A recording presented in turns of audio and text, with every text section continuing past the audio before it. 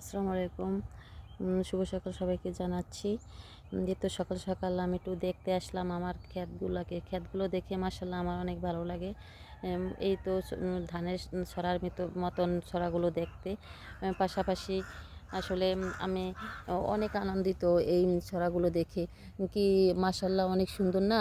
এখন দেখেন প্রতিটা গাছে এরকম সরিষা যে দেয় আমি কখনো দেখিনি। মাশাআল্লাহ, মাশাআল্লাহ অনেক সুন্দর। আপনারা এই তো আমার জন্য দোয়া করবেন আমি যেন এগুলা নিয়ে সুন্দর করে সবার মাঝে দেখাইতে পারি যে আমিও করতে পারছি আল্লাহর রহমতে। আল্লাহ পাক এই তো করতে পারছি বলতে কষ্ট করলেই তো কিছুটা একটা করা যায়।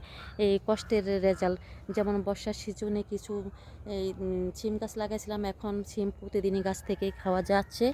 এখন টাটকা শাকসবজি যে কোনো মাছ সিম দিয়ে লাউ পাতা ভাজি, তারপরে পাশাপাশি এই তো দেখেন অনেক সিম গাছে, যে এই তো দেখেন অনেক সিম। এই তো এই সিমগুলোর বিচি নেওয়া যায়, বিচি নিয়ে আবার বিভিন্ন বড় মাছ মুরগি যে কোনো গোশতের সাথে দেওয়া যায়। এই পাশাপাশি দেখাইতেছি আপনাদেরকে, দেখেন এই তো মাশাআল্লাহ দেখেন কত থোকায় থোকায় সিম, কত থোকায় থোকায় সিম। এই তো সিম, এই তো দেখেন থোকায় থোকায় সিম। এই তো অনেক সুন্দর সিম। চলেন দেখা যাক পাশের কলি ক্ষেতটা। এই আরেকটি কলি ক্ষেত আছে আমার এখানে।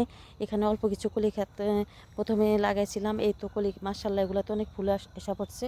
এই তো দেখেন কলি ক্ষেতে ফুল, এই তো ফুল,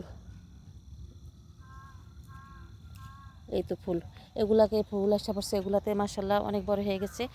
এখান থেকে আমি আর শাক খাই না, শাক খাই আমার সামনে ছোটো ক্ষেতটায় যেটা এখনও নতুন ওই শাক দেখ ফুল আসে না সেখান থেকে। এই মাশাআল্লাহ দেখেন এখানে অনেক লাউ গাছের এই আগাগুলো অনেক সুন্দর লাগছে, অনেক করা দিচ্ছে। এই তো লাউ যদি আল্লাহ পাকে এগুলা বড় করে তাহলে খাবো। আর এই তো দেখেন যেগুলো আগা এভাবে এভাবে বেড়ে যাচ্ছে ওগুলো আমি কেটে খেয়ে ফেলি। সবাই ভালো থাকেন এই কামনা নিয়ে বিদায়। আল্লাহ হাফিজ।